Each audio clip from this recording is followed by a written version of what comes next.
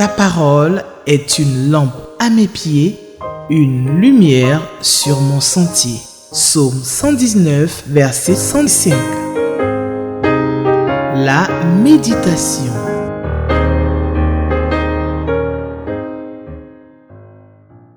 Shalom, shalom, chers frères et sœurs. Que le nom de Dieu, notre Sauveur, soit glorifié. C'est Dieu qui nous donne cette merveilleuse occasion de nous retrouver autour de sa parole pour entendre sa voix, pour l'écouter, notre Dieu nous parler, parce que c'est notre Créateur.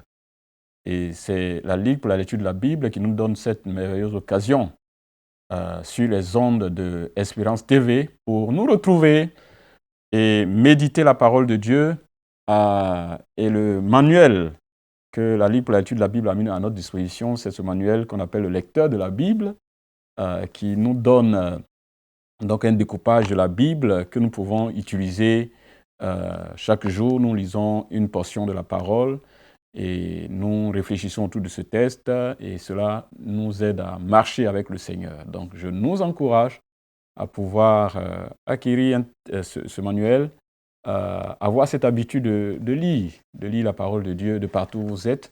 Vous pouvez avoir accès à cela pour lire et méditer la parole de Dieu quotidiennement pour votre transformation, pour votre croissance spirituelle. Que le Seigneur nous bénisse.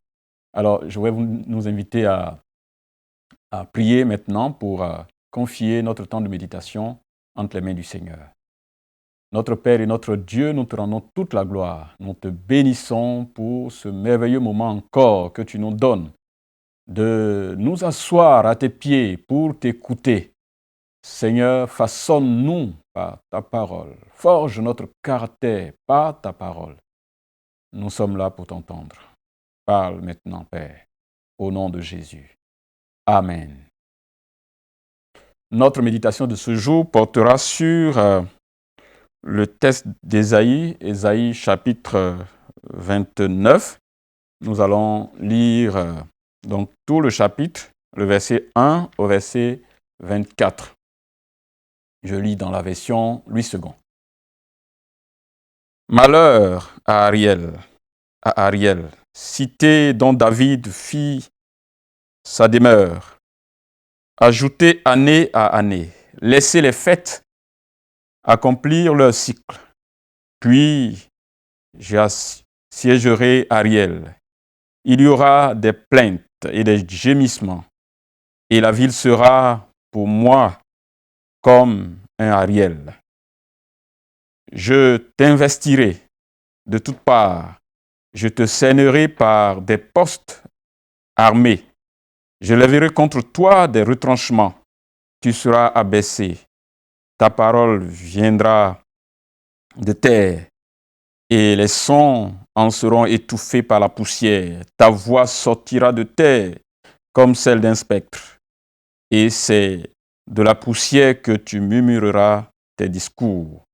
La multitude de tes ennemis sera comme une fine poussière. Cette multitude de guerriers sera comme la balle qui vole, et cela tout à coup, en un instant. C'est de l'Éternel des armées que viendra le châtiment, avec des tonnerres, des tremblements de terre et un bruit formidable, avec l'ouragan et la tempête, et avec la flamme d'un feu dévorant. Et comme il en est d'un songe, d'une vision nocturne, ainsi en sera-t-il de la multitude des nations qui combattront Ariel. De tous ceux qui l'attaqueront, elle et sa forteresse, et qui la serreront de près. Verset 8. Comme celui qui a faim rêve qu'il mange, puis s'éveille l'estomac vide. Et comme celui qui a soif rêve qu'il boit, puis s'éveille épuisé et languissant. Ainsi en sera-t-il de la multitude des nations qui viendront attaquer la montagne de Sion. Soyez stupéfaits et étonnés, fermez les yeux et devenez aveugles. Ils sont ivres, mais ce n'est pas de vin. Il chancelle, mais ce n'est pas l'effet des liqueurs fortes. Car l'Éternel a répandu sur vous un esprit d'assoupissement. Il a fermé vos yeux, les prophètes. Il a voilé vos têtes, les voyants. Toute la révélation est pour vous comme les mots d'un livre cacheté que l'on donne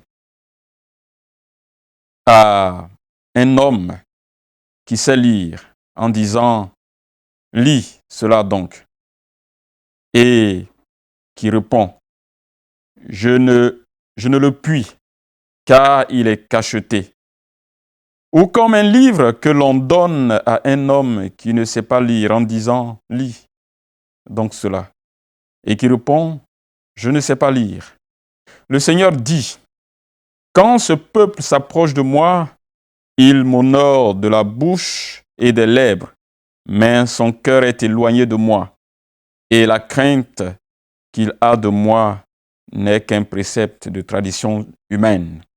C'est pourquoi je frapperai encore ce peuple par des prodiges et des miracles, et la sagesse de ces sages périra, et l'intelligence de ces hommes intelligents disparaîtra. Malheur à ceux qui cachent leurs desseins pour les dérober à l'Éternel, qui font leurs œuvres dans les ténèbres et qui disent « Qui nous voit? Qui nous connaît? Quelle perversité est la vôtre? Le potier doit-il être considéré comme de l'argile pour que l'ouvrage dise de l'ouvrier, il ne m'a point fait. Pour que le vase dise du potier, il n'a point d'intelligence. Encore un peu de temps, et le Liban se changera en verger, et le verger sera considéré comme une forêt. En ce jour-là, les sourds entendront les paroles du livre, et délivrés de l'obscurité et des ténèbres, les yeux des aveugles verront. Les malheureux se réjouiront de plus en plus en l'Éternel, et les pauvres feront du Saint d'Israël le sujet de leur allégresse, car le violent ne sera plus, le moqueur aura fini, et tous ceux qui veillaient pour l'iniquité seront exterminés. Ceux qui condamnaient les autres en justice tendaient des pièges à qui défendait sa cause à la porte et violait par la fraude les droits de l'innocent.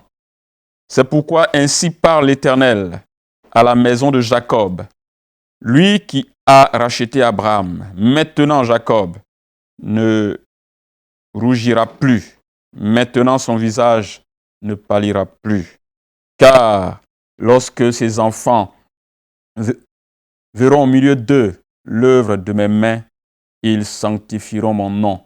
Ils sanctifieront le Saint de Jacob et ils craindront le Dieu d'Israël. Ceux dont l'esprit se garait acquerront de l'intelligence et ceux qui murmuraient recevront instruction. Jusqu'ici, notre lecture. Alors, de quoi parlent ces versets? Il faut souligner que après les avertissements contre les chefs de Samarie et de Juda, donc dans les passages précédents, le prophète annonce ici maintenant un jugement contre Jérusalem. Dieu va juger Jérusalem, mais après cela, il y aura une sorte de renversement de situation. Dieu va rétablir son peuple, Dieu va restaurer Jérusalem. Alors, quand nous regardons les versets 1 à 8, il y a une sorte de malheur prononcé contre Jérusalem. Il sera laissé à lui-même. Jérusalem sera laissé à lui-même de façon comme impuissant devant ce qui va se passer, en dépit, bien entendu, des alliances tisse, que cette ville de Jérusalem tisse avec les nations environnantes. Mais malgré aussi toutes les bénédictions promises à David, Jérusalem sera assiégée et sera assiégée par la Syrie, par l'Empire assyrien. Jérusalem va être assiégée. Le jugement va l'amener à être humilié dans la poussière, humilié jusque dans la poussière. Donc ce sera une humiliation très profonde que Dieu annonce à son peuple. Il dit, ta voix sortira de la terre comme celle d'un spectre, et c'est de la poussière que tu murmureras ton discours. Jérusalem sera humiliée. Et Dieu l'annonce déjà comme une sanction contre son peuple. Mais Dieu, n'est-ce pas, délivrera son peuple de toutes les nations qui se rassembleront, donc qui se seront rassemblées autour d'elle, au moment où il semble que Jérusalem devient totalement une proie. C'est en ce moment-là que ces nations seront surpris d'être totalement anéanties par Dieu. Parce que Dieu ne veut pas laisser indéfiniment les peuples païens disposer de son peuple comme ils veulent. C'est lui qui décide de juger son peuple, mais il ne laissera pas indéfiniment ces peuples donc disposer de son peuple Jérusalem. Donc Dieu interviendra. Et dans la suite, on voit que le prophète va revenir quand même, va rappeler en réalité ce qui a poussé Dieu, l'attitude du peuple, qui a poussé Dieu qui va pousser Dieu à intervenir avec violence contre son peuple. C'est un peuple qui est totalement ignorant des pensées de son Dieu et qui agit contrairement à ce que Dieu lui a donné. Ce serait comme quelqu'un qui ne sait pas lire et la parole qui leur a été donnée va être comme scellée de sorte à ceux qui n'y obéissent pas, qui ne voient même pas.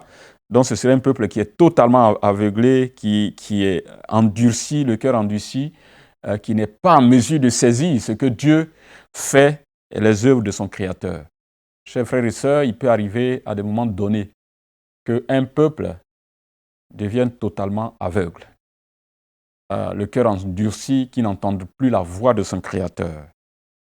Cela peut arriver à une église qui n'entend plus la voix de son Créateur, la voix de son Maître. Quand la vie continue, la routine s'installe, que les gens n'ont pas un contact personnel avec Dieu, que les cœurs se sont tournés plutôt vers autre chose que sur le Dieu qui nous a sauvés, nous pouvons être en train de vivre, mais en réalité, on n'entend plus Dieu. On peut être en train de lire la Bible, mais on n'entend plus la voix de Dieu, nos cœurs étant endurcis.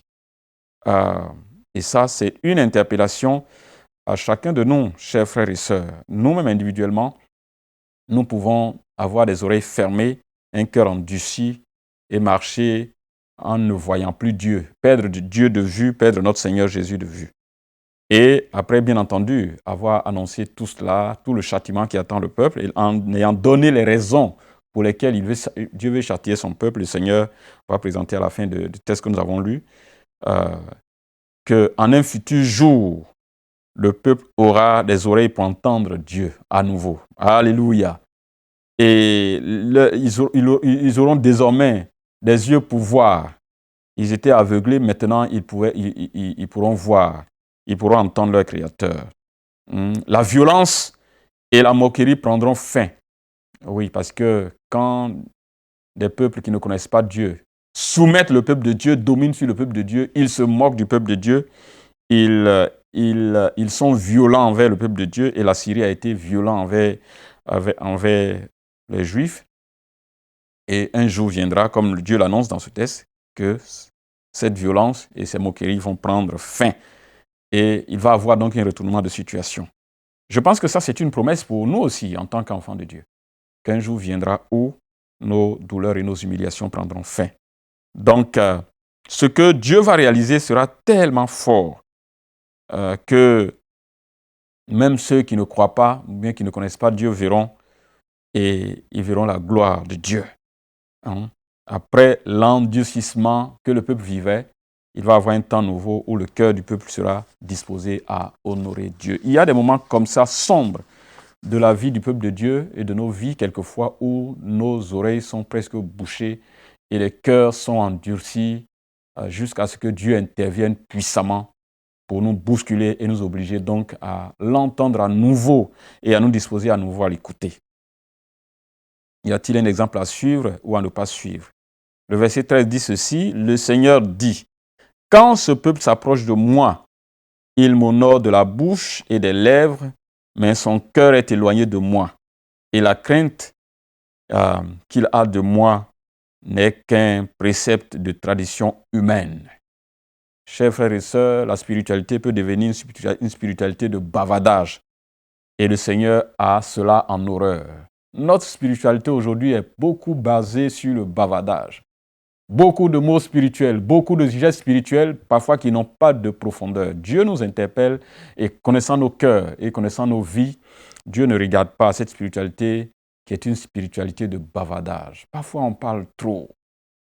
Les thèmes spirituels qu'on a pour montrer que nous sommes plus chrétiens, plus assis spirituellement, alors qu'en réalité, au fond, c'est simplement du bavardage. Dieu ne veut pas que nous l'honorions de la bouche et de nos lèvres, alors que nos cœurs et nos vies sont réellement loin de lui, éloignés de lui, qu'il n'y a pas de crainte de Dieu dans nos cœurs.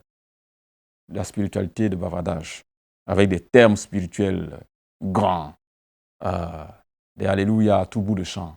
Que le Seigneur te bénisse à tout bout de champ. Ou le Seigneur m'a dit ceci, Dieu m'a dit ceci, Dieu m'a révélé ceci, alors que Dieu n'a rien révélé. Je pense que Dieu voudrait que notre spiritualité ne soit pas une spiritualité de parole, une spiritualité en parole, de bavardage, mais une spiritualité profonde, avec un cœur qui obéit à Dieu, et un cœur qui s'attache à Dieu. C'était ce que nous lisons, chers frères et sœurs, nous interpelle, et beaucoup de passages d'ailleurs. Et je voudrais lire ce dernier verset pour terminer, comme un verset qui nous interpelle. Versets 6 et 7 dit ceci. « C'est de l'Éternel des armées que viendra le châtiment, avec des tonnerres, des tremblements de terre et un bruit formidable, avec l'ouragan et la tempête, avec la flamme d'un feu dévorant. Et comme il en est d'un songe, d'une vision nocturne, ainsi en sera-t-il de la multitude des nations qui combattront Ariel et de tous ceux qui l'attaqueront, elle et sa forteresse, et qui la serreront de près. » Chers frères et sœurs, il y a une grande puissance que Dieu déploie toujours. Que Dieu déploie toujours. Et ça, la puissance que Dieu déploie est à la fois une puissance pour condamner, pour châtier ses enfants qui ne veulent pas lui obéir, mais aussi pour détruire, anéantir les peuples qui soumettent injustement son peuple. Je pense que cela, nous devons d'un côté avoir la crainte de notre Seigneur, mais aussi de l'autre côté, nous réjouir d'avoir un Dieu tout-puissant qui est capable d'anéantir ceux qui pensent disposer de nos vies comme ils veulent. Chers frères et sœurs, nous allons prier. S'il y a quelque chose qui nous a détournés de notre Seigneur, qui a endurci nos cœurs, qui a fermé nos oreilles pour ne plus entendre la voix de Dieu, nous allons nous en repentir. Et je voudrais que nous puissions prier que Dieu n'est pas seulement un Dieu qui juge, mais c'est un Dieu qui prépare aussi un avenir de grâce et de bénédiction pour ceux qui lui appartiennent. Et pour le monde, même le monde impie, Dieu les aime et Dieu voudrait aussi leur préparer un avenir de grâce et de bénédiction. Nous prions le Seigneur. Père Tout-Puissant, notre Seigneur et notre Dieu, tu nous aimes et tu es un Dieu qui intervient et qui ne veut pas nous laisser nous engouffrer dans le mal et qui intervient toujours pour nous châtier par amour parce qu'en réalité, tu veux nous ramener sur la bonne voie. Et tu interviens aussi pour montrer au monde qui semble pouvoir disposer de nous, quelquefois, que notre vie n'est pas dans leur main, la main des puissants de ce monde, la main des forces du mal de ce monde. Mais nos vies sont dans tes mains et que tu restes le souverain de l'univers qui contrôle l'univers, aussi bien ton peuple que ceux qui ne te connaissent pas. et tu juges et tu donneras toujours un jour à ton peuple la grâce et la bénédiction de retrouver la paix et de te servir en toute quiétude. Seigneur, donne-nous la joie de nous attacher à toi et de t'honorer et de glorifier ton nom à chaque étape de nos vies. Nous te prions, Père, au nom de Jésus. Amen. Ta parole est une lampe à mes pieds, une lumière sur mon sentier. Psaume 119, verset 105. La méditation.